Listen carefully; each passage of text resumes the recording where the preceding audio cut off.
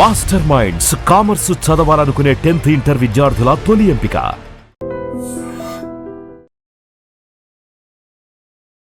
నమస్తే, welcome to I dream. నేను వలి. మంగ్లీ కేసులో సరికొత్త ట్విస్ట్ ఒకటి బయటకు వచ్చింది. డీసీపీ ముత్యంరెడ్డి గారు మాట్లాడారు. రమావత్ మధు అరెస్ట్ అయ్యాడు, అతన్ని కస్టడీలోకి తీసుకున్నాం. ఇప్పటి వరకు రమావత్ మధు ఈ కేసులో మంగ్లీకి సంబంధించి పాత్ర ఏమీ ఆయన బయట పెట్టలేదు అని మాట్లాడారు. అంటే ఈ కేసుతో మంగ్లీకి నిజంగా సంబంధం లేదా, లేకపోతే మంగ్లీకి సంబంధం లేదనే విధంగా ఏమన్నా ఒక డ్రామా జరుగుతుందా? దీని గురించి క్లియర్గా ఇన్ఫర్మేషన్ అందించడానికి స్టూడియోలో ఉన్నారు శేఖర్ భాషా. మాట్లాడదాం. భాషా గారు నమస్తే. భాషా గారు, ట్విస్టుల మీద ట్విస్టులు చూస్తున్నాం. మంగ్లీనేమో అసలు హైదరాబాద్లో ఉందా లేదా, దుబాయ్కి పారిపోయిందా అని ఇలాంటి చర్చలు కొంతమంది చేస్తూ ఉన్నారు. డీసీపీ ముత్యంరెడ్డి గారేమో మంగ్లీ పాత్ర అసలు ఉందో లేదో, అసలు ఒక్కటంటే ఒక్క క్లూ కూడా మాకు దొరకలేదు, మధుని ఇంకా కస్టడీలోకి తీసుకొని విచారించాలంటున్నారు. అసలు ఏం జరుగుతుంది, కేసు ఎటుపోతుంది అంటే ఎట్లా ఉందంటే చెప్పింది, తెలీదు, గుర్తులేదు, మర్చిపోయా, తెలీదు, గుర్తులేదు, మర్చిపోయా. అదే సినిమాలో, అదృష్ట సినిమాలో ఆ టైప్లో. అంటే మంగ్లీ తమ్ముడు పారిపోయాడా లేదా, అసలు ఆయన ఈవిడి తమ్ముడేనా అనేది కూడా క్లారిటీ లేదట. ఇప్పుడు మధు వీళ్ళు పట్టుకోవాలా, ఆయనే వెళ్ళి లొంగిపోయాడు. వీళ్ళు సాధించింది ఏం లేదు అక్కడ. వాళ్ళు చెప్పడం కూడా స్టేట్మెంట్ ఏంటి, మధు ఇచ్చిన వాంగ్మూలం ప్రకారం మంగ్లీకి దీనికి ఏం సంబంధం లేదు అని మాకు తెలుస్తుంది. అది చెప్పడానికేనయ్యా ఆయన లొంగిపోయింది. ఈ పాలిటిక్స్ అర్థం చేసుకోకపోతే ఎట్లా మనం? ఇప్పుడు ఇన్నాళ్ళు లొంగిపోని మధు, ప్రధాన నిందితుడు మధు, మంగ్లీ మీద ఆరోపణలు రాగానే టక్కుమని వచ్చి లొంగిపోతాడు. మంగ్లీ మీద ఎఫ్ఐఆర్ అయింది, తర్వాత హడావిడి అయింది, ఆవిడ ప్రెస్ మీట్ పెట్టింది, ఇదిగో నా తమ్ముడు చూడండి ఎంత అమ్మాయి కూడా ఎంత శుద్ధపోసి చూడండి, చూడండి డబ్బులు కట్టేసే నోట్ల కట్టలు లెక్కేసే ముఖం అండి ఇది అని చెప్పి బాధపడింది. ఆ బాధ తట్టుకోలేక సదరు రమావత్ మధు గారు, అయ్యో మంగ్లీ అక్క మీద అనవసరంగా నిందలేస్తున్నారు జనాలందరూ కూడాను, అయ్యా ఆవిడకి ఏం సంబంధం లేదు, నాదే తప్పంతా అని చెప్పి ఇన్ని వందల కోట్ల స్కామ్కి కారకుడైన ఆ మధు సడన్గా అక్క మీద ప్రేమతోటి ఆయన లొంగిపోయే ముందు కూడా ఒక వీడియో రిలీజ్ చేశారండి. ఆయన ఒక రూమ్లో కూర్చొని మాట్లాడారు. అంటే ఆ వీడియో రిలీజ్ చేయడానికి కారణం కూడా ఏంటంటే, మంగ్లీకి ఏమాత్రం సంబంధం లేదని చెప్పి ఒక వీడియో నీ అంతటి నువ్వు రిలీజ్ చేయి అని బలవంతంగా చెప్పి. సార్, ఇప్పుడు మీడియాకి పోలీస్కి ఉన్న తేడా ఏంటంటే, మీడియా పలానా ఆయన పలానా మాట చెప్పాడు అని చెప్తాం. ఇప్పుడు రమావత్ మధు పలానా మాట చెప్పాడు అని మీడియా చెప్తారు. పోలీసులు అది కరెక్టా కాదా, వీడి ఫైనాన్షియల్ ట్రాన్సాక్షన్స్ ఏంటి, వీడి ఫోన్ కాల్స్ ఎక్కడెక్కడికి పోయినాయి, ఈ డబ్బులు ఎక్కడెక్కడి రెక్కలు చెగిరినాయి అని కదా వాళ్ళు చేయలేదు. మధు గారి వాంగ్మూలం ప్రకారం మంగ్లీ గారికి దీంట్లో ఎటువంటి సంబంధం లేదు. అది న్యూస్లో ఉంది తప్ప పోలీస్ ఇన్వెస్టిగేషన్లో లేదు. పోలీస్ ఇన్వెస్టిగేషన్ అంటే తట్టి ఆడి దగ్గర నుంచి నిజాలు రాబట్టడం. అయ్యా ఇక్కడ మంగ్లీని అరెస్ట్ చేస్తారా లేకపోతే అతన్ని ఉతుకుతారా అనేది నా ఇంట్రెస్ట్ కాదు. పుస్తకాలు అమ్ముకొని, పొలాలు అమ్ముకొని, పిల్లల స్కూల్ ఫీజులు లేకపోతే బయట నుంచి లోన్లు తెచ్చి ₹2, ₹3 వడ్డీలకి తెచ్చి అదేదో లాభం వస్తుందనే ఆశతోటో దురాశతోటో వీళ్ళందరూ పోయి డబ్బులు పెట్టుకొని ఇవాళ రోడ్డును పడ్డారు. రేపు ఉండి ఎవడన్నా ఊరేసుకుంటే ఎవడు రెస్పాన్సిబిలిటీ? సరే, వాళ్ళ దురాశ నేను కాదన్ను. అమాయకులు, middle class, lower middle class, తాండాల్లో ఉన్న బంజారా పిల్లలు, వాళ్ళు పేదలు కాబట్టి ఏదో ₹1 వస్తుందని ఒక ఆశ. ఆ ఆశని వీడు క్యాష్ చేసుకున్నాడు. కానీ ఎక్కడ ఈవిడ పేరు బదనామైపోతుందని ఈడే వెళ్ళి లొంగిపోయి ఇవాళ కథలు పడుతుంటే నీకు నాకు అర్థమవుతున్నది, వాళ్ళకి ఎందుకు అర్థం కావట్లేదు? ఆయన ఏం చెప్పాడో చెప్పడానికి ఆయన ముందుగానే వీడియో రిలీజ్ చేశాడుగా. మళ్ళీ అదే మాట ఈయన డీసీపీ గారు చెప్తున్నారు, సార్ మీరు వాళ్ళ ట్రాన్సాక్షన్స్ తీసామండి, ఇదిగో అతని ఫైనాన్షియల్ ట్రాన్సాక్షన్స్, దీంట్లో ఇలా మాకు అనుమానాస్పదంగా అకౌంట్స్ ఉన్నాయి, ఇక్కడి నుంచి ఇక్కడికి ఇన్ని కోట్లు వెళ్ళినాయి, ఇక్కడి నుంచి ఎక్కడికి ఇన్ని కోట్లు వెళ్ళినాయి, ఈవిడితో ఇంతసేపు మాట్లాడాడు, ఇవి చెక్ చేశారా? అతని ఫోను ఫారెన్సిక్కి పంపించి ఏవేవి డిలీట్ అయినాయి అవి తీసుకున్నారా? ఫోటోలు కావచ్చు, వీళ్ళతో ఉన్న రిలేషన్, ఇవన్నీ కూడా వాళ్ళు చెప్తున్నారు. మంగ్లీ గారి చెల్లెల్ని ఇప్పుడు చేసుకునే సంబంధం ఇద్దాం అనుకున్నారట మధుకి. అది నిజమా కాదా? ఒకవేళ అదే నిజమైతే ఆవిడ పేరు చెప్పుకొని నేను ఖచ్చితంగా చేసున్న మాటకి క్రెడిబిలిటీ వస్తుంది కదా. సో ఇన్ని కోణాలు పెట్టుకొని ఆయన అది చెప్పాడని చెప్పడానికి అది ఏమి ఇన్వెస్టిగేషన్ అండి? సరే, ఇప్పుడు పోలీసులు కూడా భాష గారు ఎందుకు అంత తొందరపడుతున్నారు దేనికి ఇవన్నీ చెప్పడానికి? అదే డౌట్ అందరికీ ఉంది. ఎందుకు ఆవిడని రక్షించే ప్రయత్నం ఏదో గట్టిగా జరుగుతోంది అనే డౌట్ ప్రతి ఒక్కరికి వస్తుంది. మీరు 100 కామెంట్లు చదవండి, ప్రజలందరి కామెంట్లు అదే. ఎందుకు అంత రక్షించడానికి ఎందుకు అంత తాపత్రయపడుతున్నారు అని చెప్పి అనిపిస్తుంది. ఇక్కడ ఇది ఇక్కడి నుంచి మొదలవ్వాలి. అసలు ఈ మధు అనేవాడు ఈవిడికి 15 లక్షలు లేకపోతే ఎంతో పెట్టి డైమండ్ లెక్నెస్ స్కూల్ ఇచ్చాడిని, వాళ్ళ ఇంట్లోకి ఈ జనాలందరినీ తీసుకెళ్ళి అక్కడే కూర్చోబెట్టి మందు పార్టీలు ఇచ్చాడిని, తర్వాత వీళ్ళ తమ్ముడు ఈయన కలిసి అందరి దగ్గర డబ్బులు వసూలు చేశారని, దీనికి సంబంధించిన ప్రామిసరీ నోట్లు, ఆ తమ్ముడితో గడిపిన ఆ ఫోటోలు, కాల్ రికార్డ్స్ ఇవన్నీ కూడా మీడియా ముఖంగా బయటకు వస్తున్నాయి. ఇవి మంగ్లీ గారు మీడియాకి రాకముందు విషయం. ఆవిడ ఒకసారి వచ్చిన తర్వాత ఆవిడ బిహేవియర్ మనం గమనిస్తే, పాయింట్ నెంబర్ 1, నీది కాని పంచాయతీకి నువ్వు వెళ్ళి కూర్చోవు 4 గంటలు. నీకే సంబంధం లేదనుకుంటే నువ్వు వెళ్ళి పుజారి నాగేశ్వరరావు గారి లాయర్ గారి ఆఫీసులో సుబ్బుతోటి పంచాయతీ చేయవు 4 గంటలు. ఫస్ట్ డౌట్ ఎవరికైనా వచ్చేది. రెండోది, సరే నేను కాదు అని చెప్పడానికి అక్కడికి వెళ్ళాను అని చెప్పి అనుకుందాము పోని. సుబ్బు కనుక వేధిస్తుంటే సుబ్బు ఆవిడికి ఫోన్ చేయాలి 100 సార్లు. ఈవిడ సుబ్బుకి 100 సార్లు ఫోన్ చేయదు కదా. అన్ని కాల్స్ సుబ్బుకి ఎందుకు చేసింది? ఒకవేళ ఏమండి నా పేరు ఎందుకు బయటకు తీస్తున్నావు, అసలు నాకేం సంబంధం లేదు, అసలు నా పేరు తీయొద్దు, ఇది చెప్పడానికి, అది చెప్పడానికి అన్నిసార్లు కాల్ చేస్తారా? ఎప్పుడైనా సరే నువ్వు నాకు ఫోన్ చేసి విసిగిస్తున్నావు అనుకో, నువ్వు డబ్బులు తీసుకున్నావు అంట కదా, ఇవ్వరా, ఇవ్వు, నువ్వు నాకు వాళ్ళు చెప్పారు వీళ్ళు చెప్పారంటే 2 సార్లు చెప్తా, 3 సార్లు చెప్తా. నువ్వు ఫోన్ చేస్తే చెప్తా, నేను ఫోన్ చేసి నేను లేదండి నేను చెప్పుకోను. అంటిల్ అన్లెస్ నువ్వేదో పోలీస్ ఆఫీసర్ అయితే తప్ప. 4 సార్లు ఇలా చేసినప్పుడు నేనేం చెప్తా? లేదు, ఒకసారి చెప్పి అర్థం కదా, 2 సార్లు ఏమనుకుంటున్నావు? బ్లాక్ చేస్తాం. అంతేగాని నువ్వు నాకు 100 సార్లు ఫోన్ చేయవు.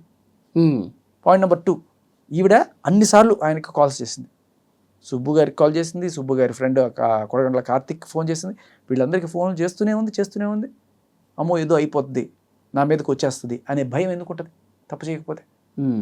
3, పోలీసులతోటి ప్రెషర్ పెట్టించడం. ఈయన పెట్టిన ఎఫ్ఐఆర్, ఈయన అంటే ఫస్ట్ కోర్టు ఇస్తా అన్నారట, ఒప్పుకోకపోతే కొట్టిస్తా అన్నారట. అది కూడా భయపడకపోతే ఏదో యాక్సిడెంట్లో పోతావు, నీ కేసు లేకుండా మేము చేసుకోవచ్చు, పోలీసులు డబ్బులు పడేస్తే ఇదే అయిపోద్ది అని చెప్పి మాట్లాడారు. ఇది కూడా అదే ఆఫీస్లో జరిగిందా? అదే ఆఫీస్లో జరిగింది అని ఈయన కంప్లైంట్ ఇస్తే A5గా పోలీసులు ఈవిని నమోదు చేశారు. అలా చేసిన పోలీసులు ఆ నెక్స్ట్ రోజు ఈవిడ సజ్జనర్ గారిని కలవడం, ఆ ఫోటో పెట్టడం, వెంటనే ఈ సుబ్బు గారికి తగిన సన్మానం పోలీస్ స్టేషన్లో జరగడం, ఇవన్నీ మనం చూసాం. అప్పటిదాకా ఒక టోన్లో మాట్లాడిన పోలీసులు సుబ్బు గారితో ఆ నెక్స్ట్ రోజు టోన్ మారిపోయింది. ఆ బాధితులందరూ ఎవరైతే రోడ్డును పడి పోలీస్ స్టేషన్కి వస్తే వాళ్ళందరికీ డ్రంక్ చెకింగ్ చేస్తూ ఉంటారు. అంటే ఏంటి, బాధితులను భయపెట్టి అక్కడి నుంచి పోయేట్టు చేసే పనికి పూనుకున్నారా పోలీసులు అనే డౌట్ రాకపోవడం. సో మంగ్లీ గారు పోలీస్ సిస్టమ్ ద్వారా బాధితులను చెదరగొట్టే ప్రయత్నం చేశారు. ఒక పక్క, ఇంకో పక్క నేను బాధితుల పక్షాన్ని నిలబడతానండి. నిజంగా నువ్వు బాధితుల పక్షాన్ని నిలబడేటైతే నువ్వేం చేస్తావు? ఏ ఇంట్లో అయితే పార్టీకి పిలిచి వాళ్ళందరినీ చేశారు, ఎందుకు ఆ ఇంట్లో ఆవిడింట్లో పార్టీ ఇచ్చారంటే ఆవిడ ఉండదంట ఆ ఇంట్లో, అప్పుడప్పుడు వచ్చి మేకప్లో అవి చేసుకుని వెళ్తూ ఉంటుందంట ఈ షూట్స్ కోసము. మిగతా టైంలో అంతా ఖాళీగా ఉంటుంది కాబట్టి వాళ్ళందరూ వచ్చి ఆ రోజున నా తాళాలు తీసుకుని వెళ్ళి పార్టీ చేసుకున్నారు. మరి ఇప్పుడు ఏ బిడ్డలైతే, ఏ బంజారా బిడ్డలు, ఏ తాండా బిడ్డలు అయితే రోడ్డున పడ్డారో వాళ్ళు 3 రోజులకు ఒకసారి స్నానం చేస్తూ బట్టలు కూడా అవే ఉతుక్కొని మళ్ళీ వేసుకుంటూ చెప్పులు లేకుండా రోడ్డును తిరుగుతున్నా మీ బంజారా బిడ్డ, నేను బంజారా బిడ్డ అని చెప్పుకుంటున్నావే, వీళ్ళు బంజారా బిడ్డలని నీకు గుర్తురాట్లేదా? బంజారా బిడ్డలకి నేను న్యాయం చేస్తా అనే కోణంలో ఎక్కడ మనకి వాళ్ళకి ఈవిడ సపోర్ట్ అందిస్తున్నట్టు కనబడకపోగా, ఈ బంజారా బిడ్డ అనే మన బంజారా హిల్స్ బిడ్డ ఆవిడ ఎంత చక్కగా ఆ బంజారా బిడ్డ అనే పదాన్ని రాజకీయానికి వాడుకుంటుంది గమనించండి. ఇప్పుడు బంజారా బిడ్డలు అంటే వాళ్ళకి రిజర్వేషన్స్లో కావచ్చు, వాళ్ళకి ఎందుకు మనం అంత ప్రిఫరెన్స్ ఇస్తామంటే పేదవాళ్ళు, వాళ్ళు బాగుపడాలి అనేవాళ్ళు. ఈవిడికి 10 లక్షలు 15 లక్షలు తీసుకుని ఈవిడ పేద, ఈవిడికి బంజారా బిడ్డ రాజకీయం ఎలా పనిచేస్తుంది? కాదు కదా. ఈవిడ బంజారా హిల్స్ బిడ్డ, బంజారా బిడ్డ కాదు. కానీ అవసరం వచ్చింది కాబట్టి ఆ కార్డు బయటికి తీస్తాం, అయ్యో నేను బంజారా బిడ్డని. తర్వాత ఆడబిడ్డనండి అంటే ఆడబిడ్డకు ఒక న్యాయం. నువ్వు ఆడబిడ్డే, ఈడబిడ్డ కాదు నిజం చెప్పాలంటే. ఆంధ్రాలో అనంతపూర్లో గుత్తి అనే ప్లేస్ దగ్గర ఉన్న తాండా మీది, అక్కడి నుంచి ఇక్కడికి వచ్చి ఇక్కడ V6 ఆ ఛానల్స్లో తెలంగాణ యాస నేర్చుకొని అక్కడి నుంచి ఆ పాటలు పాడి చేసుకొని తెలంగాణ ప్రజలు నువ్వు మా బిడ్డే అన్నంత నెత్తిన పెట్టుకున్నారు. గద్ర వాట్స్ కూడా పాటించారు, నేను ఇంత చేశారు. సో నువ్వు బంజారా బిడ్డ కాదు, బంజారా హిల్స్ బిడ్డ, ఆడబిడ్డ అంటే ఆడబిడ్డే, ఏడబిడ్డ కాదు. కానీ ఈ రెండు రాజకీయాలు చేసుకుంటూ ఎంత చక్కగా ముందుకెళ్దాం అనుకున్నావు. జనాలు నీ రాజకీయాలు నమ్మల. ఓకే, నెక్స్ట్ 4వ పాయింట్, బంజారా ఆడబిడ్డ అయిపోయిన తర్వాత శ్రీముఖి బిగ్ బాస్. సంబంధం లేని విషయం. అయ్యా ఎవరు ఎంత తీసుకున్నారు, ఎలా తీసుకున్నారు, నాకేమన్నా తెలుసా, నేనేమన్నా చేయగలనా, ఇది ఉండాలి తప్ప. సుబ్బు రాత్రిపూట కల్లో ఏమైనా ఊహించుకుంటాడు, సుబ్బు ఏ కలర్ బనీన్ వేసుకుంటాడు, సుబ్బు ఎక్కడికి పోదాం అనుకుంటాడు, మనకెందుకు? అసలు కేసుకి ఏమన్నా సంబంధం? ఏమీ సంబంధం లేదు. సో ఇవన్నీ చూస్తే ఏమో ఎవరికైనా ఏమనిపిస్తుంది, నరమానవుడికి ఎవరికన్నా సరే, ఈవిడ పాయింట్ మాట్లాడకుండా she is beating around the bush. అంటే కాసేపు బంజారా బిడ్డ ఆడబిడ్డ అంటది, కాసేపు సుబ్బు బిగ్ బాస్ కోసం లేకపోతే శ్రీముఖ్ కోసం అంటాడు. పొంతన లేని విషయాలు మాట్లాడుతుంది. మీరు ఏదో ఒక వీడియోలో చూశానండి, 2018 అనుకుంటా. అప్పట్లో నేను బాంబేలో India West Indies match international series జరుగుతుంది, దాని కామెంటరీ చెప్పాను. వెంకటపతిరాజు గారు నేను కామెంటరీ టీంలో ఉండే. ఆ టైంలో త్రూ సమ్ లింక్ నాకు ఇక్కడ ఒక ఈవెంట్ ఉంది ఖతార్లో, తెలుగు ఈవెంట్, దానికి మీరు హోస్టింగ్ చేస్తారా అని అడిగారు. ఓ బ్రహ్మాండంగా చేస్తా అని చెప్పి అదే అక్కడ ముగించుకొని అక్కడే అరేబియా సముద్రం ఇటుపక్క ఎక్కి అటుపక్క దిగా ఖతార్ దిగాం. అక్కడ బిత్రి సత్ గారు, పూర్ణ గారు, మంగ్లీ గారు, ఇంకా కొంతమంది సింగర్స్, వీళ్ళందరూ కూడా అక్కడ దాంట్లో పార్టిసిపేట్ చేస్తున్నారు. నేను యాంకరింగ్ చేస్తున్నా, ఒక్కొక్కరిని ఇంట్రడ్యూస్ చేయడము రావడం. అలా మంగ్లీ గారు ఆవిడ రావడం, రేలా రేలా పాట పాడడం. అయితే అక్కడ ఏంటంటే జనాలు అసలు తొలగిపోయారు ఆ పాటకి. ఓహో, చింపుకున్నారు అంతే, ఓ రేంజ్లో మామూలుగా లేదు అసలు. కానీ నాకు అక్కడ అది యాజ్ ఇట్ ఈస్గా పాటని సీడీలో ఎలా ఉందో యాజ్ ఇట్ ఈస్ అదే రకంగా అక్కడ వచ్చింది అని ఒక చిన్న ఇది వచ్చింది. అంటే స్టేజ్ మీద ఉన్నాను కాబట్టి అక్కడ లిప్స్ కదలికే ఉంది, సీడీ పెట్టేశారన్న డౌట్ వచ్చి అడిగా. అంటే ఇది నార్మల్ ప్రాక్టీసేనండి, చాలాసార్లు సింగర్లు పాడరు, ఇలాగే చేస్తారు ఓహో అని చెప్పారు. సో సర్లే అనుకున్నా, చాలామంది అలాగే చేస్తారు. తర్వాత నాకు కూడా తెలిసింది కొంతమంది సింగర్స్ ఇలా చేస్తారు అనే విషయం. సరే అక్కడది అయిపోయింది. ఇప్పుడు అక్కడ మంగ్లీ కూడా లిప్ సింకేనా అనే అనిపించింది. ఓకే, అంటే వాళ్ళని అడిగితే వాళ్ళు అదే చెప్పారు, అక్కడ సీడీ ప్లే చేస్తున్నారు. తర్వాత అయిపోయింది. ఏదో మమ్మల్ని అందరినీ కూడా సరదాగా తీసుకెళ్లారు. ఆ బీచ్, అక్కడ సీలేన్ బీచ్ అని ఒకటి ఉంది, అది ఇచ్చారు. ఆ ఒంటెలు ఎక్కించడము అవన్నీ చేసి అయిపోయింది. తర్వాత పెట్టబడ సత్తుకుని ఆవిడకి వాళ్ళు వేర్ బ్యాక్. నేను వచ్చేసిన తర్వాత ఆర్గనైజర్ నాకు ఫోన్ చేశారు. అండ్ మీరు పరిచయం ఉంటారు కదా, ఆవిడ కొంత అమౌంట్ తీసుకుంది మా దగ్గర. కొంత అమౌంట్ అంటే ఇప్పుడు ప్రోగ్రామ్ చేసినందుకు ఇస్తారు కదా, ఆ అమౌంట్ కాకుండా ఆ అమౌంట్ ఆల్రెడీ తీసేసుకుంది. ఓకే, అది స్టేజ్ ఎక్కక ముందే తీసేసుకుంటారు. బట్ తర్వాత ఏమవుతుందంటే ఈ ఖతార్లో షాపింగ్ చేసుకోవడం కోసం, దోహాలో షాపింగ్ చేసుకోవడం కోసము కొంత అమౌంట్ తీసుకున్నారు. కొంతమంది ముందుగానే తీసుకుని తర్వాత పంపించేస్తారు ఆ అమౌంట్. సో ఆ రకంగా కొంత అమౌంట్ అక్కడ, అంటే ధీరమ్స్ ఏవో ఉంటాయి, మన రూపీస్ చల్లవు కాబట్టి అక్కడ నేను ధీరమ్స్ తీసుకుని, అక్కడ షాపింగ్ చేసుకోవడం కోసం ధీరమ్స్ ఇస్తారు. ధీరమ్స్ తీసుకుని, సో నేను కూడా అట్లాగే నా డబ్బులు ఇచ్చి కొన్ని ధీరమ్స్ తీసుకున్నాను. ఏమీ డబ్బులు ఇవ్వకుండా వాళ్ళ ధీరమ్స్ తీసుకుని ఇచ్చేస్తానని చెప్పినట్టున్నారు. ఇచ్చారో లేదో కూడా తెలియదు నాకు. బట్ ఒక వారం రోజుల లోపలే నాకు ఫోన్ చేసి ఇట్లా సమ్ అమౌంట్ తీసుకున్నారు షాపింగ్ కోసం అని అడుగుతుంటే, నీ బిడ్డకి ఇచ్చాననుకో, నీ బిడ్డకైతే ఇవ్వవా అనే మాటలు అన్నారు అన్నట్టుగా కూడా వాళ్ళు చెప్పడం జరిగింది. మీరు ఒకసారి అడగండి, మీకు తెలుసు కదా అంటే, ఇచ్చేది మీరు, అడగమని ఏందన్నా, నాకు అంత కనెక్షన్ లేదండి, మీరు తెలుసుకోండి అని చెప్పి అది. సో మేబీ తర్వాత ఆవిడ పంపించుండొచ్చు, లేకపోతే ఏమైందో తెలీదు. ఓకే, ఫస్ట్ నాకు మంగ్లీ గారితో ముఖాముఖి పరిచయం అక్కడ. ఓకే, అది సరే. కమింగ్ బ్యాక్ టు హియర్, ఇన్ని పక్కన పెట్టేద్దాం. అందరికీ అన్నిటికంటే ప్రధాన డౌట్, ఏ సాక్ష్యాలు అక్కర్లా, మంగ్లీ గారి మీద ఎప్పుడైతే ప్రెషర్ పడిందో, మంగ్లీ గారు ఇది చేశారు అని చెప్పి జనాలందరూ గట్టిగా మాట్లాడడం, అన్ని మీడియా ఛానల్స్లో రావడం, అంతా ఇదైపోయేటప్పటికీ ఇమ్మీడియట్గా ఈ మధు రామావత్ అనేటువంటి వెళ్ళి లొంగిపోతాడు. ఏమనాలి దీన్ని? అన్నిటికంటే పెద్ద డౌట్ కారణం ఇదే. ఇన్నాళ్ళు లేనివాడు సడన్గా వచ్చేసి పోలీస్ స్టేషన్లో లొంగిపోతాడు. ఎందుకు అంటే బ్యాక్ ఎండ్లో ఏదో జరిగింది. ఏమనిపిస్తుంది? నువ్వు వెళ్ళి లొంగిపోరా అబ్బాయి పోలీసులకి, మేము ఏదో మేనేజ్ చేస్తాం, నేను బయటికి సేఫ్గా తీసుకొస్తాం, నువ్వు వెళ్ళి లొంగిపో, లేకపోతే ఇది పెద్దది అవుతుంది, నువ్వు వెళ్ళి లొంగిపోయి అంత మంగ్లీకి ఏం సంబంధం లేదని చెప్పు. అంతే కదా. లేకపోతే అన్ని స్కాములు చేసేవాడు పోలీస్ స్టేషన్కి వెళ్ళి నేను అయ్యో ఆవిడ మీద అనవసరంగా చేస్తున్నారండి అని చెప్పి వాడు ఒక క్రిమినల్ వెళ్ళి ఇది చెప్పడం, పోలీసులు నమ్మడం, అది మనకి చెప్పడం. సరే వాడు ఏదైనా చెప్పనివ్వండి, మంగ్లీకి సంబంధం లేదని చెప్పనివ్వండి, మంగ్లీ పేరుని మేమే కావాలని వాడి డబ్బులు కక్కుర్తిపడి మేమే తీసుకున్నాం అని చెప్పనివ్వండి, కానీ నిజం అనేది ఒకటి ఉంటుంది, పోలీసుల నిష్పక్షపాత విచారణ అనేది ఒకటి ఉంటుందిగా. అదే కదా జనాలకి ఇప్పుడు డౌటు. నిష్పక్షపాత విచారణ ఎక్కడుందయ్యా?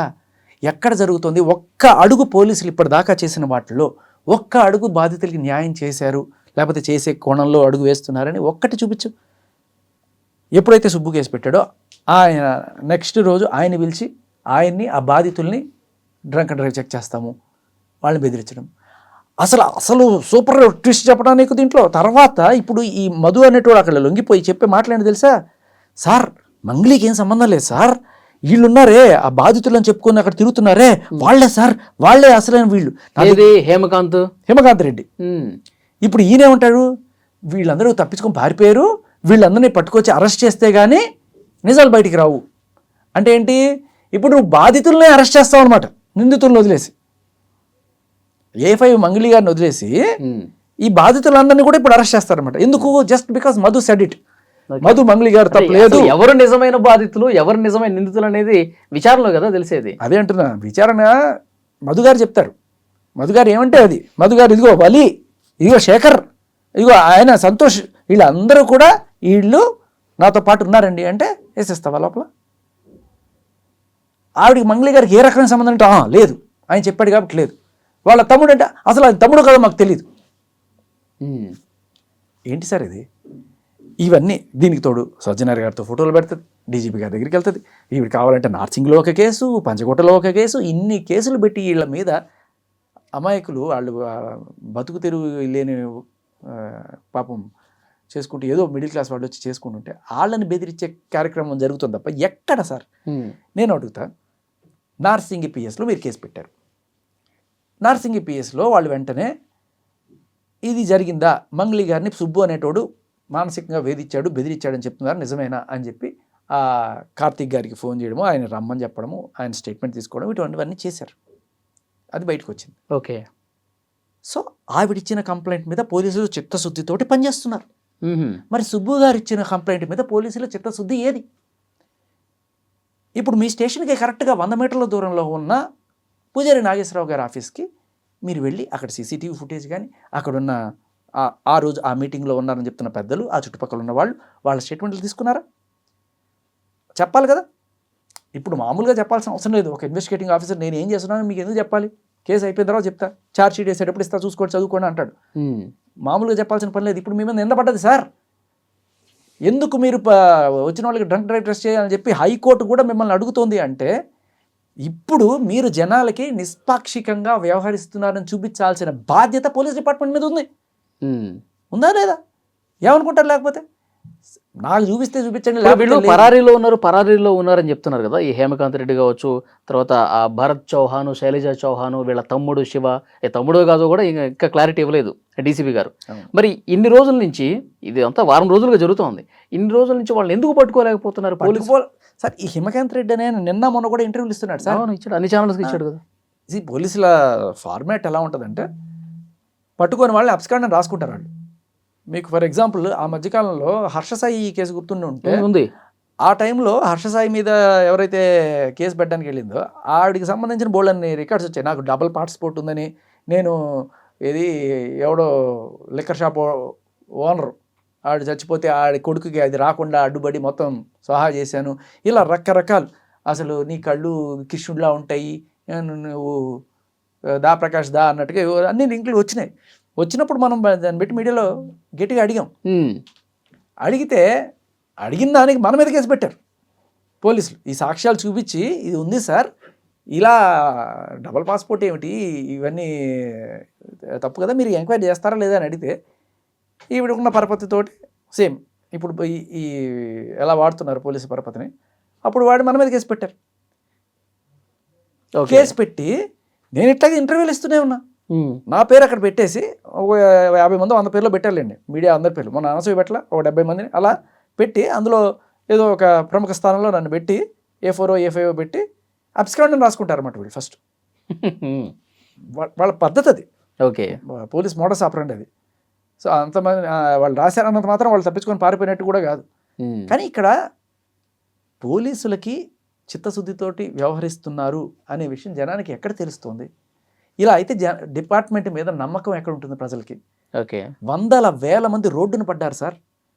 వాళ్ళకి న్యాయం చేయమని చెప్పి అడుగుతుంటే వాళ్ళ పక్షాన మీడియా ప్రజలు అందరూ గళమెత్తి మాట్లాడుతుంటే, గళమెత్తి అంటే రోడ్డు మీదకి రాకర్లే, ఇప్పుడు ఏ ఛానల్ అయినా తీసుకో దాని కింద కామెంట్స్ చూడు.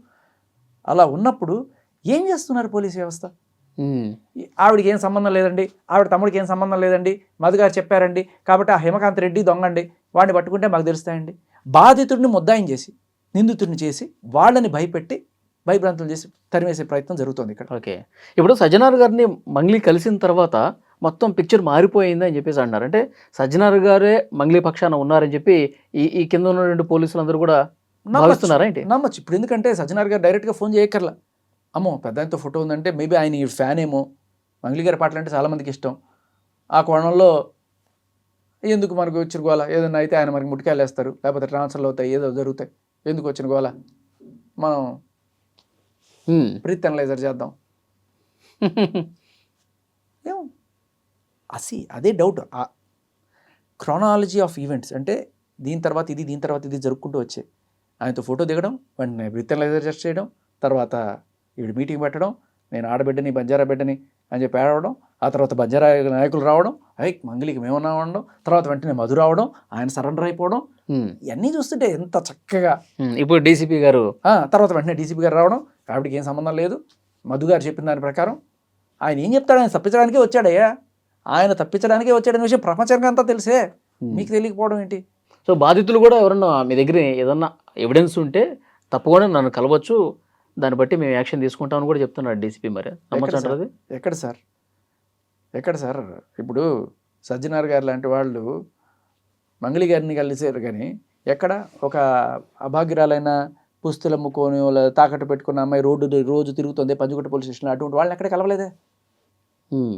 ఇప్పుడు మిమ్మల్ని డైరెక్ట్గా ఒక మాట అడుగుతా, తక్కువని చెప్పాలి వాళ్ళు. చెప్పండి, అడగండి. హైదరాబాదు సైబరాబాద్ కమిషనర్ ఎవరు చెప్పండి? Police commissioner. Cyberabad police commissioner ఎవరు? టక్కును గుర్తు రావట్లా. హైదరాబాద్ కమిషనర్ ఎవరు? సజ్జనార్ గారు. టక్కుమని గుర్తొస్తుంది. ఎందుకని? ఆయన స్పెషలిస్ట్ కదా, ఆల్ ద టైం మీడియాలో, న్యూస్లో, సెలబ్రిటీస్తో